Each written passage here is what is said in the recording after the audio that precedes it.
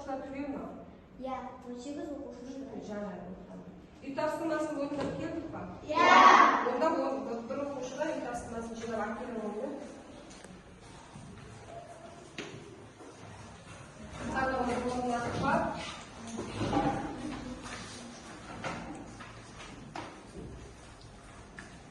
Кезекші тексерілген дәптерін таратамыз. Тексерілген дәптер үй тапсырмасын орындап келсек, балалар.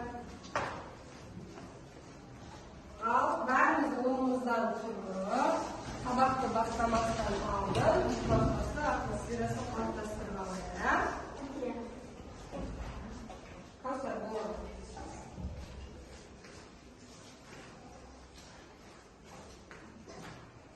Жылдан.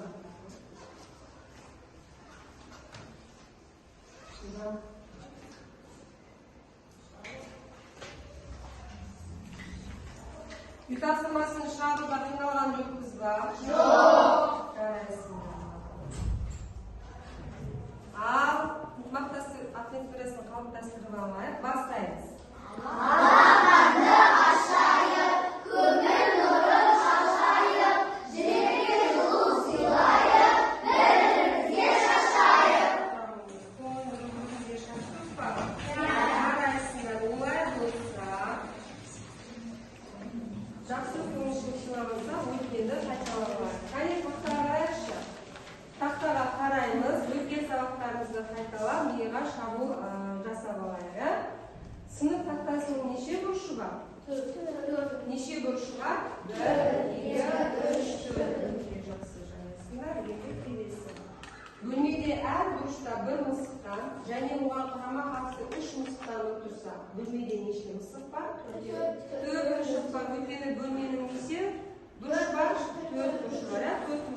4 бұрышта 4 мысық отыр деп есептейміз. Өте жақсы жауаптарың дұрыс. Олай болса, осы жерде ең көп қайталанған сөз қандай сөз болды? Бұрыш. Бұрыш. Бұрыш деген сөз қайталанды. Онда бүгінгі біздің сабағымыздың тақырыбы қандай? Бұрыш бұрыштың градусы өлшемі. Бүгін біз балалар сендермен жаңа сабақ, жаңа қарау, бұрыш бұрыштың градусты өлшемі тақырыбына сабақтар өтеміз. Ода сабақты бастамас алдын мен сендерге бағалау шкаласын таратып алайын. Міне барлығымызға шеңберге 10 баллдық жүйе, біз бір сабақта 10 баллдық жүйемен бағаланамыз. Осыны бір-біреу таратып шығамын. Қазір қай тапсырмадан неше балл алсаңдар, сонша топ көзді бояп шығасыңдар. Түсінікті ме? Иә. Атылған маған бересің. Әр оқушыға бір-бір топ көз беріңіз. Бір-біреуден тарат. Атылған маған бересің алыңдар. Апай маған жетті. Жетпесе мұны түгел болма. Иә. Ал олай болса, барлығымыз мынаның бір шетіне аттарыңды жазып қойыңдар. Әркім өзінің бағалау шкаласына атын жазып қойды. Жазып қойдық па?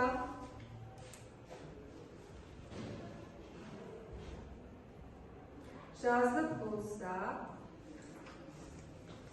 алдарына қойып қойыңдар. Ал енді тақтаға қараймыз.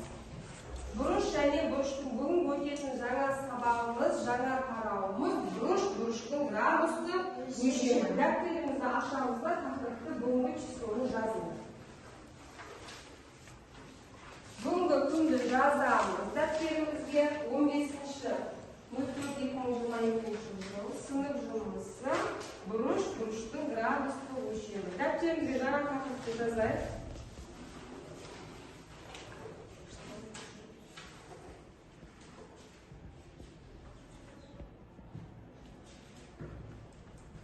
Бұрыш бұрыштың градусты өлшемі.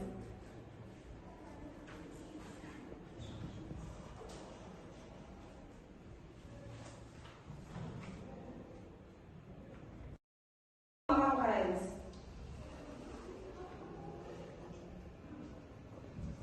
Бұл ойында ручканы қоямыз.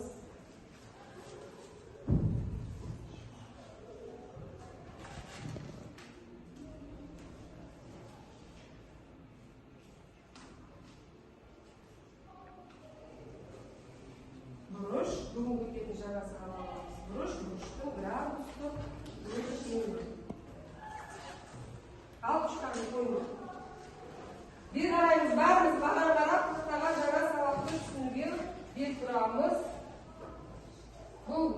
төмендегі тарау, үлкен тарау, бұрыштар туралы тарау бүгін басталады. Ал бұрыш дегеніміз бір нүктеден шыққан, әртүрлі екі сәуледен құралған фигураны бұрыш деп атаймыз. Бұл жерде А нүктесі бұрыштың төбесі, А және Б қабырғалары және А және С бұрыштың қабырғалары болып табылады. Ал жалпы бұрышты біз мына белгімен белгілеу қабылданған. Сонда бұл бұрышымыз бұрыш ВАС деп оқылады, немесе САБ бұрышы деп те оқысақ болады. Жалпы былайша айтқанда А бұрышы деп те айтуымызға болады. Сонда бұрыш дегеніміз не екен? Бір нүктеден шыққан, әртүрлі екі сәуледен құралған фигураны бұрыш деп атаймыз. Ал енді бұрыштың түрлері бар екен.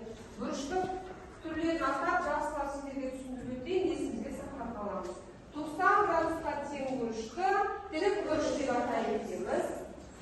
Келесі 90 градустан кем бұрышты сүйір бұрыш деп атаймыз. Және 90 градустан үлкен бұрышты доғал бұрыш деп атаймыз.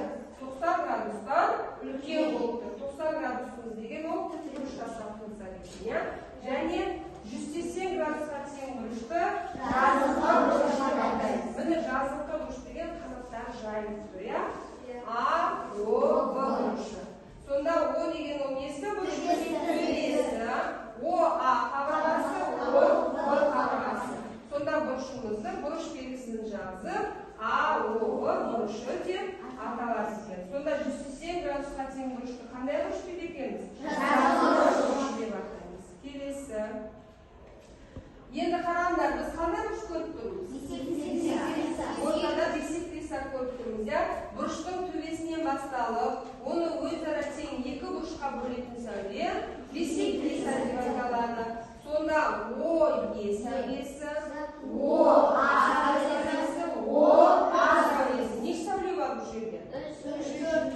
Үш сәуле болып тұр екен. Ал бұрышымыз Е, О, А бұрышын қақ ортасына не бөліп өткен? Сол сәулені не деп атайды екенбіз? Сонда биссектриса дегеніміз бұрыштың қақ ортасына бөлетін сәулені не деп атаймыз? Биссектриса.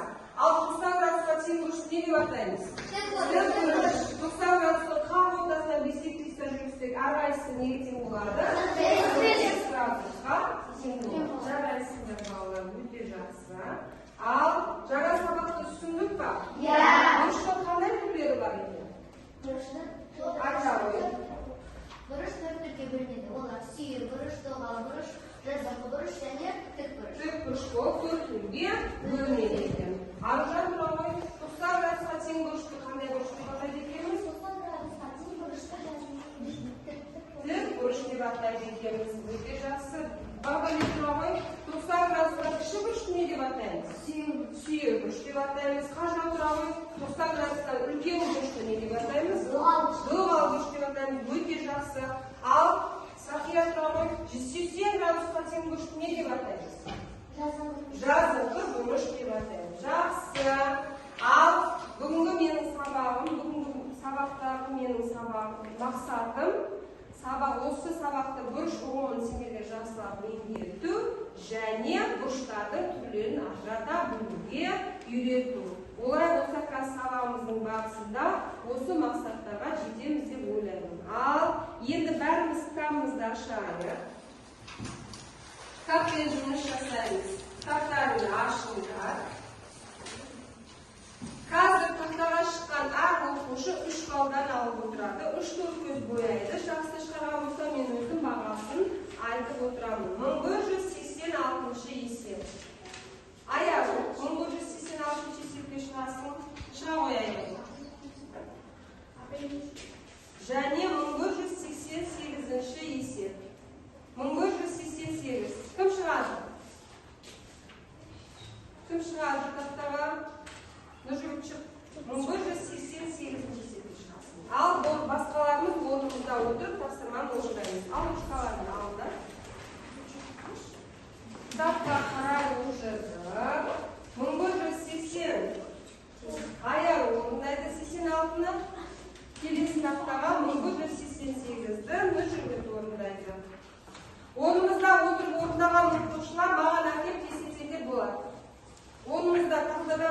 соңындағы оқушы маған әкеп тексерді. Не дейді аяғы саған, не орында дейді, қарап, берілген оқи ғой. Тақта бер қарап. Оқи ғой. Ақтөбедегі бұрыштарды оқып, түгендеп жазды. Алып жазамын. Онда мына бұрышымыздың аты қалай екен? Анасы. Бұрыш. Қандай? Қалай айтамыз? Жаздық. Өте жақсы. Кім бірінші орындап қойса, маған нәтиже тексертуге болады. Ал сен оқи ғой, Нұржігіт, тапсырманы оқи ғой.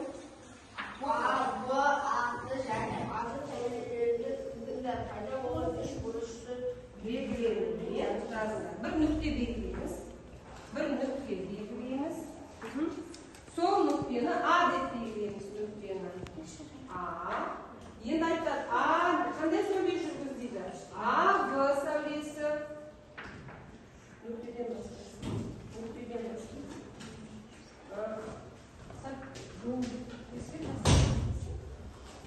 Нүкте. А, В сәулесі.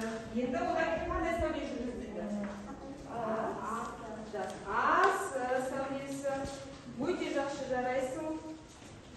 Өте жақсы айтады, дұрыс. Келесі тапсырманы орындай береміз. Жарайсың, дұрыс. Дұрыс, бұрыш, отыр аяғы. Үш топ көз бояйсың аяғы.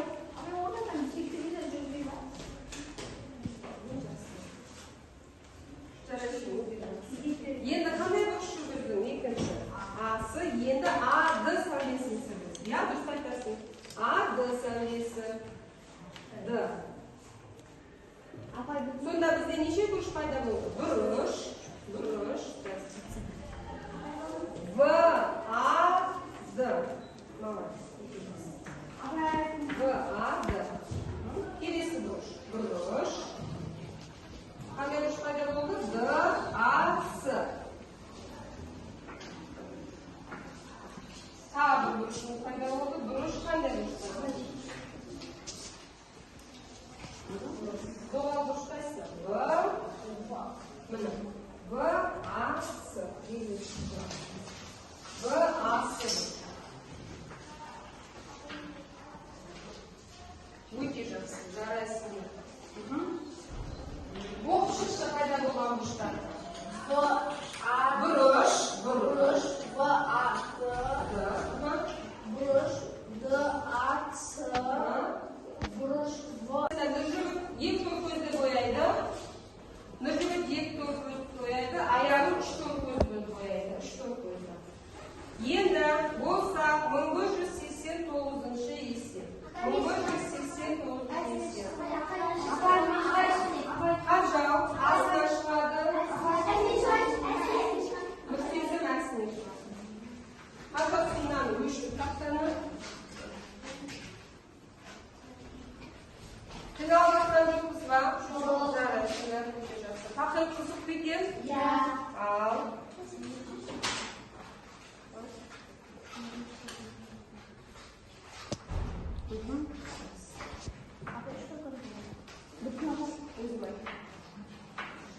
Дұрыс.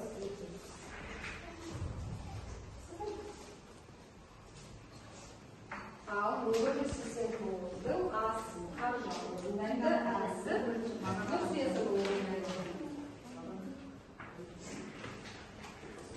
Тақтадан бір жоқ, орындаған оқушыларға бағын.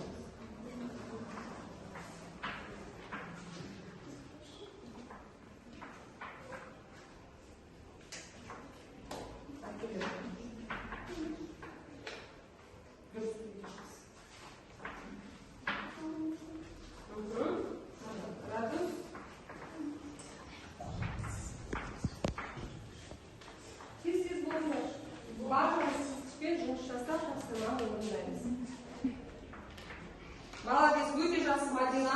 Үш тор көзді бояйсың. Үш тор көзді бояймыз. Мадина барлық тапсырманы дұрыс орындады. Тең. Неше градус? Ең. До. Ең. О. Неше градус? Жазың қылыш неше градус қасен? Ас.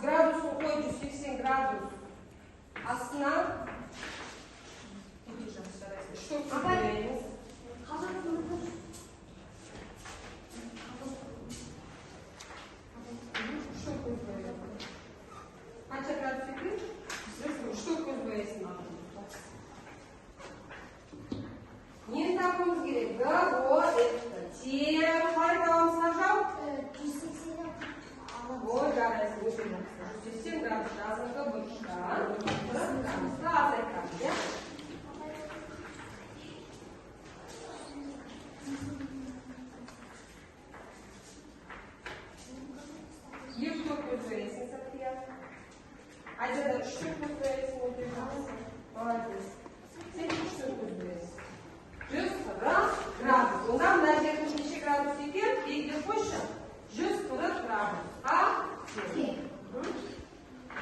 Жақсы. Неше градусқа тең болады? 40-ға 59-тың 190. Өте жақсы. ДОФ бұрышы 110 градусқа тең. Ал жазық болса, сөзімге 3-4 көз бояйды. Ақылдан 2 көз бояйды. Жақсы. Қаржа 3-4 көз бояйды. Қаржа 3-4 көз бояйды. Орында отырса, тұрған орында отырса, бағаларын отырады. Бағашы. Бұштарын жазам болсын, тесіз бұштарын жазам. Болса, қаны аяқтаймыз, есептен аяқтаймыз, жылдам.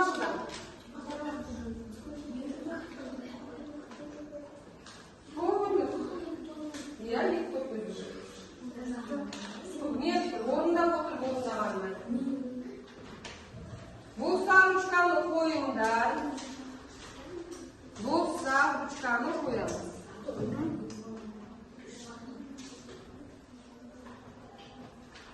Ал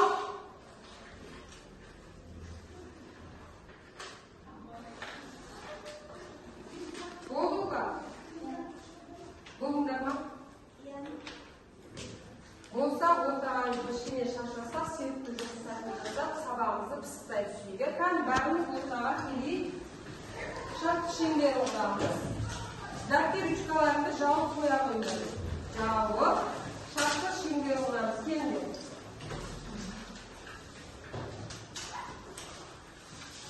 Шартты шеңбер отырамыз.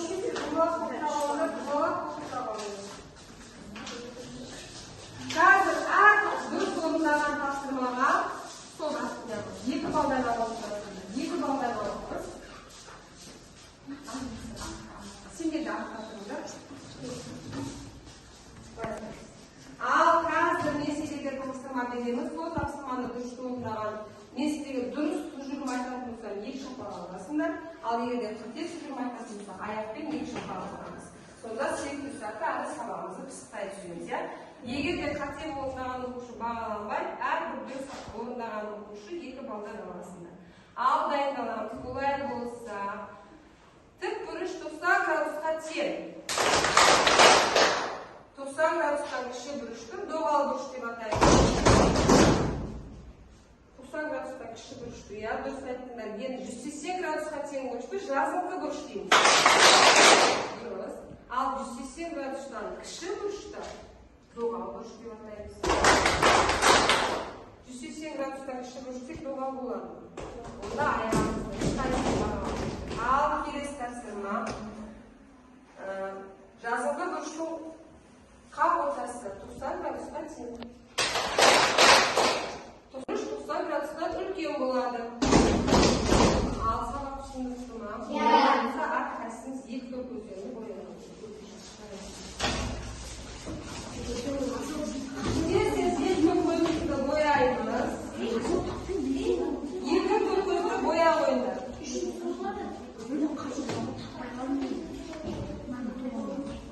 2 көзді боя қоямыз. Кітаптарды ортаға жиып қойыңдар. 2 көзді әрқайсысын бояныңдар, кітаптарды ортаға жиып қойыңдар. Боядық бар. Ал енді топпен жұмыс жасаймыз, сондықтан кітаптарды жиып ортаға қоя қойыңдар. Дәптердің ішіне салып, ортаға жиып қойыңдар. Қазір топпен жұмыс жасаймыз. Ана үшікке қойыңдар. Сендерде байларды сіз жинаймыз. Үшікке қойыңдар.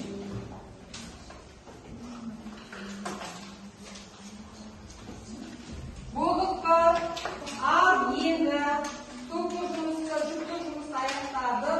Стаппен жұмысты жасады. Қазір мен сендерге карточкалар таратамын. Сол жердегі есептерді топ болып орындайсыңдар. Болдық па? Осы тапсырманы орындаған топ өзінің орындаған арқасында еш бала алғанымыз. Мына матчетке қой. Ең жақсы шығарған топ 3 балдан алып отыр. Топ болып ортада келісіп, астына тапсырманы орындайсыңдар. Дұрыс орындасаңдар 3 балдан аласыңдар, және жазасыңдар. топ болып қалдаймыз. Асықпа, карандашпен жазып алып, айтасың. Нені тап дейміз? Нені тап дейміз? Болды. Мынау құстар тұрады. Мына екеуі қандай өзара? Өзара қандай құштар? Жақ қойып тұрған неше жұмыстың сен? Сонда барлығы қанша болады?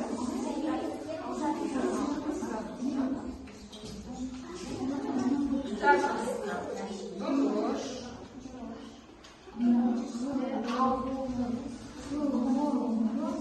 Нені тап деген? Мынау тік бұрыш, мынау тік бұрыш.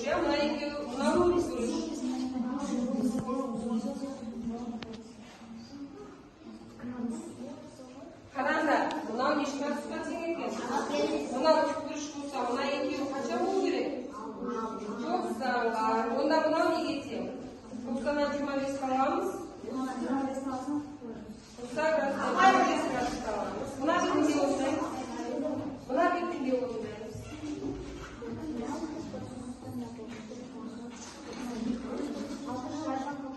Бәріміз бірге орындаймыз. Бірге орындаймыз.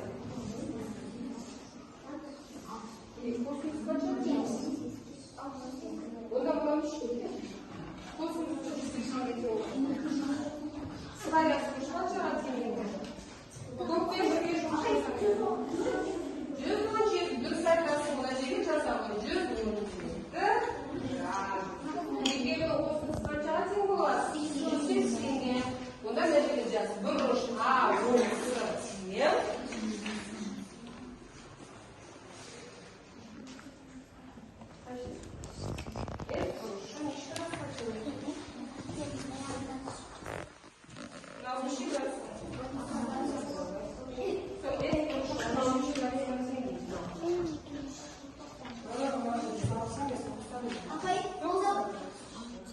Ал шмат шапалаған. Оны бір штоп болып қойды. Сендер ше?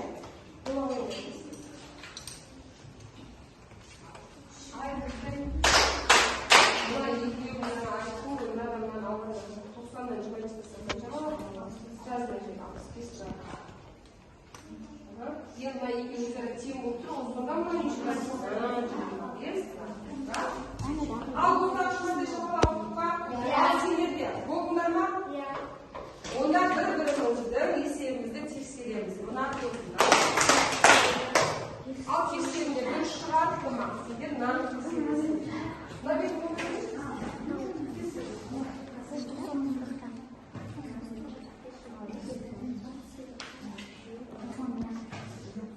Жалпы қаншаға тең болады?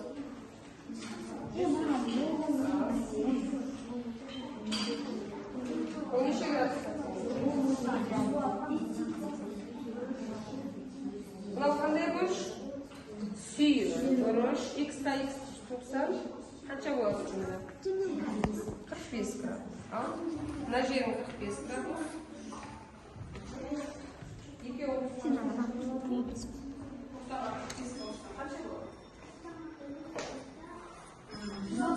онда мына қанша болады? 180 бұрыш. 180-нен қанша болады? 135 алсақ. 180-нен 135-ті аламын. Жылдам болыңдар тесілді.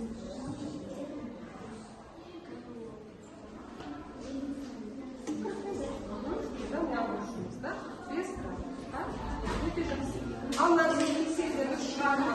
Сендер мына жұмысты тексересіңдер. Тексер дұрыс шығарма, дұрыс шығарма тексеріңдер. Ал есепті дұрыс шығарып ма? Көрейікші. Қайда? Нені тап кеттік? 90 градус. Сонда мына үшеуі қосқанда қанша градусқа тең? 4.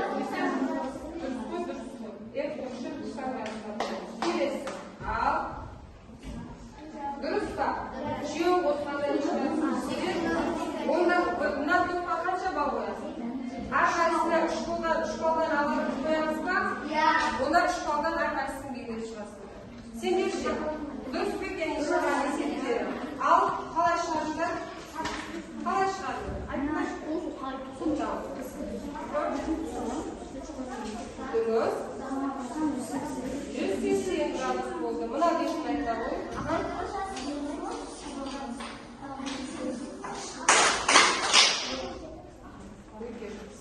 Неш бал қоясыңдар мына топқа? Дұрыс шығарты ма? Ал 3 балдан қоясың. Сендерше дұрыс па шығарған? Барлығыңыздар дұрыс екен.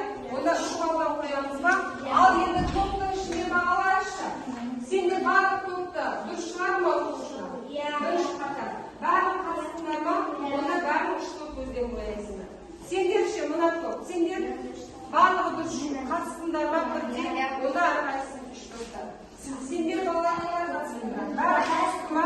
Олай болса бәріміз 3 балдан белгілеп шығамыз. 3 топ көздеріңді бояй қойыңдар. 3 топ көзімізді бояймыз. Боясақ қалады.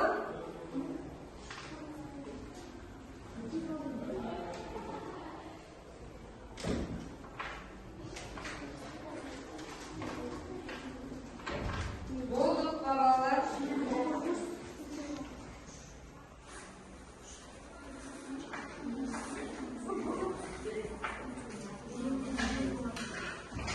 Ал болса қаламдарыңды қойыңдар, сабағымызды ары қарай ойын сабақ түрінде жалғастырамыз. Ақшелеп көп керек ойын ойнаймыз. Сендер мына тұрға қатардан тұра қойыңдар. Ары 10 балаға дейін барамыз. Мына қатарға тұра қойыңдар. Сендер мына қатарға қойыңдар. Мына жерге. Қатардан тұра. Сендер мына жерге тұрыңдар. Ақшелеп көп керек ойын ойнаймыз. Мына жерге. Ал қолымызды ұстап, бір-бірімізге қарап тұрамыз. Біз бастаймыз ақтерек көктерек ойынын. Біз мына ағылшында бірінші партадағы шырға айтамыз, айта қоймыз. Ақтерек көктерек, біздер сізге кім керек? Ақтерек көктерек, біздер сізге дұға қош керек. Дұға қош керек, айта қоймыз. Дұға қош дегеніміз 90 градустан үлкен бұрышты дұға қош деп атаймыз. Онда біз ол сұрақтың жауабын таптық, сондықтан біз сендерге сендер екінші топқа айта қоймыз. Ақтерек көктерек, біздер сізге кім керек? Ақтерек көктерек, біздер сізге жазғы бұрыш керек. 180 градусқа тең бұрышты жазғы бұрыш деп айтамыз. Онда қысқынан жауабын тапқан оқушылар топ, ол топқа келмейді, иә? Ал енді сендер бізге айтыңдар. Ақтерек көктерек, біздер сізге кім керек? Ақтерек көктерек, біздер сізге тік бұрышты ықтамасы керек. 90 градусқа тең бұрышты тік бұрыш деп атаймыз. Ал біз енді айтамыз. Ақтерек көктерек, біздер сізге кім керек? Ақтерек көктерек, біздер сізге бұрышты қабырғасы керек. Бұрышты қабырғалардың ықтамасы керек. Ал кім айтады? Бұрышты қабырғалар дегеніміз. Кім жауап береді? Кім жауап береді? Кім жауап берсін біздің топта? Бұрышта не жауап? Ал Мадина жауап береді. Не ол бұрыштың қабырғасы дегеніміз? Бұрышты қабырғалар дегеніміз ол бір нүктеден тұратын сәулелерді бұрыштың қабырғалары бір нүктеден тұратын сәулелердің бұрыштың қабырғалары Ал мысал келтірші, мысалы. Бұрыш қандай бұрыш болуы мүмкін? мысалы жазыңқы бұрыш. Ол жерде қабырғалары қайсысы? қабырғалары мысалы жазыңқы бұрыш ол тіке келеді, сондықтан да ода 3 әдіспен болады. Мысалы А, О, С. Ал жарайды, сендерге жауапқа қанағаттаныңдар ма? Дұрыс жауап айтты ма? Олай болса Мадина сендерге барады. Жауаптың дұрысын таппай қойды, иә? Ал енді сендер мына топқа айтыңдар, келесі топқа. Ақтерек көктерек, біздер сізге кім керек? Ақтерек көктерек, бізге дисциплинаның анықтамасы керек. Бұрыштың төбесінен басталып, оны өзара тең екі бұрышқа бөлетін сәулелер биссектриса деп аталады.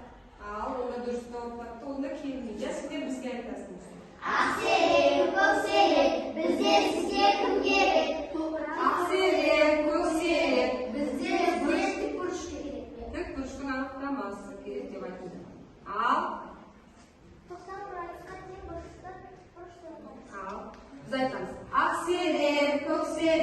Bizga sizga kim kerak? Aq kerak, ko'k kerak. Bizga sizga to'g'ri tovushlar yanıtlaması kerak. Al kim aytadi? Ne o tovushni bermaydi? Kim aytadi? Al o'zingni ayting. Agar men Yurtchimen tuzildi birgina shig'ati saviylar, to'liq tovush saviylar deb ataladi. Al kimni olasizlar biz javob bera olamiz. Aylanib boradi. Azayib barajatirimiz aniqlamani esga tushirib. Al endi senlar aytinglar. Aq kerak, ko'k kerak. Bizga sizga kim kerak?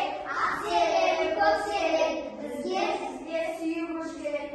Suyurushni yanıtlaması kerak. Al aytamiz. Suyurmuş deyimiz 90 gradusdan kishi burishni suyurmuş deb ataymiz. Voy, молодец, Al senlar bizga bir marta aytinglar.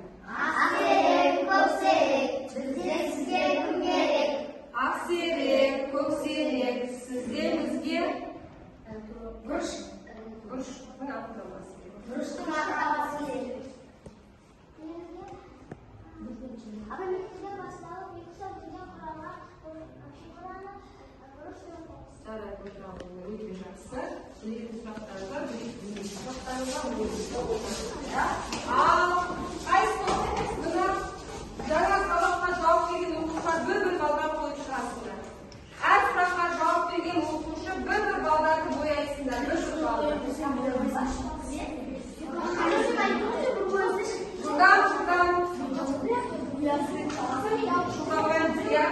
Сұрақтарға жауап берген оқушылар бір топ көзді бояйсыңдар. Aytdim ғой bir to'p ko'z bo'yaysin. Bir to'p ko'z bo'yaysin dedim sana. Bo'ya. Biroq bo'yaysin. Bo'yading markasi? Bo'yading markasi. Al endi. Al bolalar endi sababimizni to'g'rishlash uchun qaysi suroqlar bir suroq olamiz, sol suroqlarga javob beramiz. Bir suroqdan olamiz.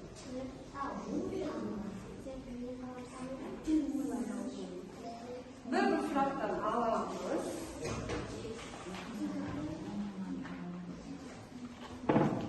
Bak aldinglarmi? Bu tez.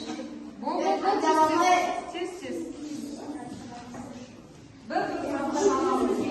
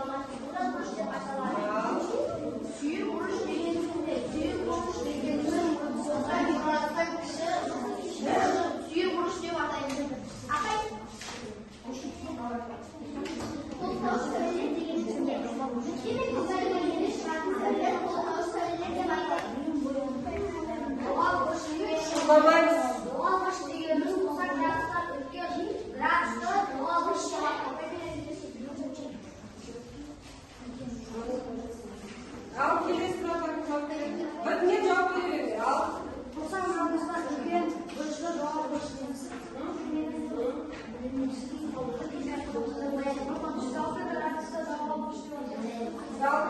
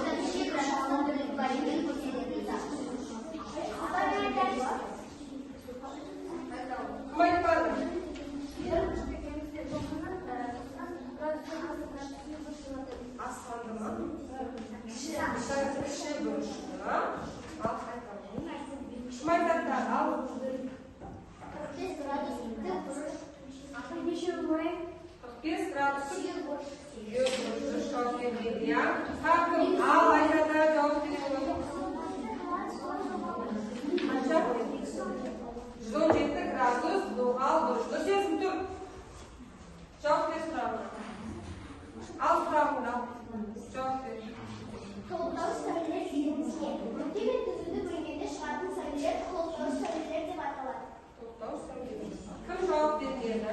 Al. Cevap verelim.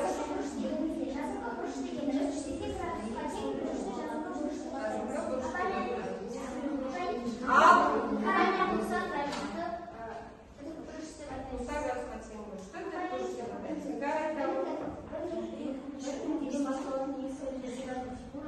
Бұрыш деп аталады, өте жақсы. 1 градус бұрыштың өлшемі. Сұрақтарды жауап бердік па? Өте жақсы. Олай болса, дұрысқа сауалға дұрыс жауап берген оқушылар бір көз бояйды. Бір көз бояды ма?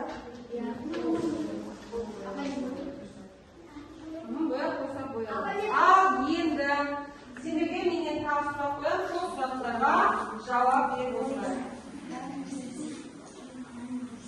Бері қараймыз, балалар көзді бояп қойса, ручканы қойыңдар. Ручкаларыңды қойыңдар. Бұрыштың неше түрі бар екен? Қандай қандай? Мадина? Жазғы бұрыш, доға бұрыш, тік бұрыш. Бұрыш. Түсінікті ой, а? Есіңіздің тұра ғой. Бұрыштың градустың өлшем бірлігі дегеніміз не екен? 1 градус бұрыштың өлшем бірлігі. Бірлігі деп аталады екен. Ал олай болса, көзді бояп болсақ, енді кластағы алды С тобындағы есепте бір-екі оқушы шығарайық. Сол оқушылар тақтада тапсырманы орындайды. Аңарай. Мадина, 1993 есепте шығасың. Екінші 1995-ке. Шығарды 94 есепте. Ал ол екі тапсырмадан С тобындағы бір есепті орындайық, одан кейін сабағымызды одан әрі жалғастырамыз. Ал дәптерден алыңдар. Ал дәптерден ал тапсырманы құрайыз.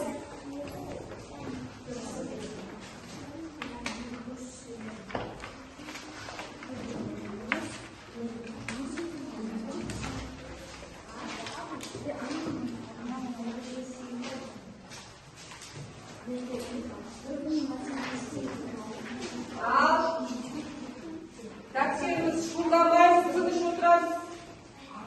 Тыныш отырамыз. Болды тапсырмалар.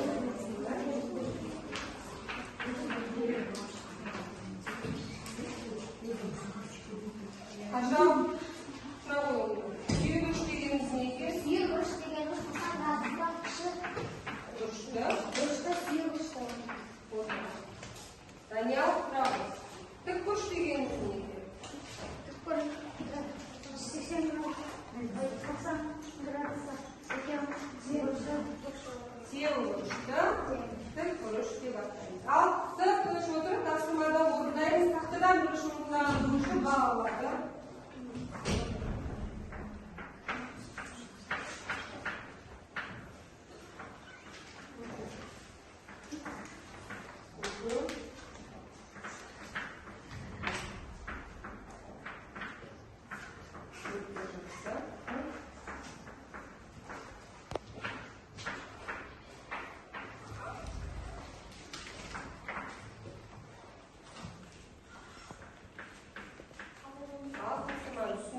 Берген оқи ғой.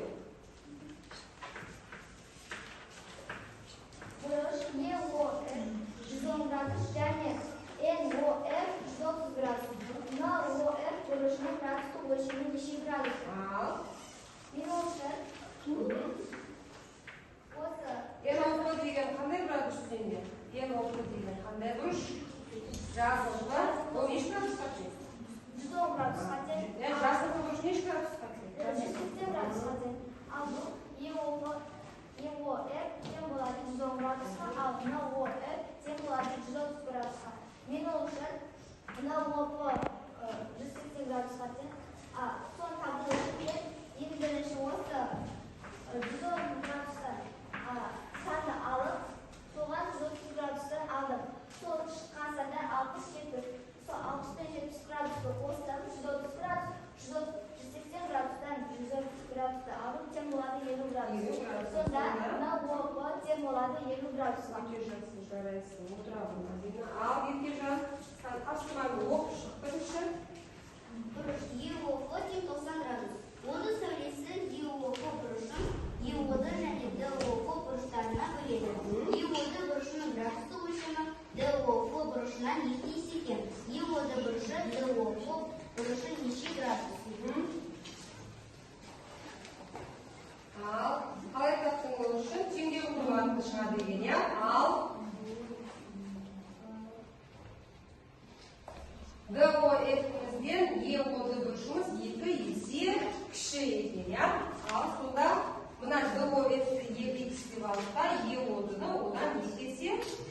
жатсыңдар. Сендердің жауабы қанша градус болды? 60 градус. Сонда 60 градустан 2 есе кіші ол қандай бұрыш болады екен? 30 градусқа тең ЕО бұрышы. Жарайсың. Жақсы. Тапсырманы орындап, мына С тобындағы есептерді шығарып алдық. Олай болса, мына экранда тапсырманы өте жақсы. Олай болса, біздің жаңа сабағымыз болды, отыра ғой. Жақсы. Бұл тақта орындап қойған, орнымызда отырмыз, алып келеміз. Енді әр қайсымыз неше балл алғанымызды айтып шығайықшы. Орнымыздан тұрамыз, бүгінгі сабақта неше балл алғандарын айта қойыңыз. Қажа, баста. 10 балл. Назерке. 7 балл. Мадина. 10 балл. Нұржігіт. 8 балл. Аксель? 9 балл. 6 балл. София, айтыңдар. 8 балл.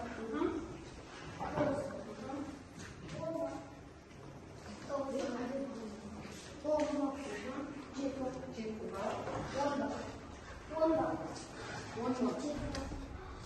Аяру? 10 балл. Аяз? 10 балл. 9 балл. Онда маған барлықтарын жинап бере ойындар. Осы балл арқылы бүгінгі алған бағаларды бағалайды.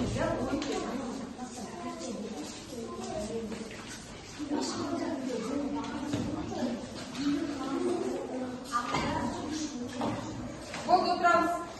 Ал бүгінгі сабақ түсінікті ма? Бәріңізге түсінікті болды ма? Бүгінгі сабағымызды бағалайықшы. Егер де жақсы қызықты түсіндім десе, басқармаған істі жоғары қаратамыз. Егер де маған орташа онша түсінбедім десек, жанына, мүлдем түсінбедім десек, пәске қаратамыз.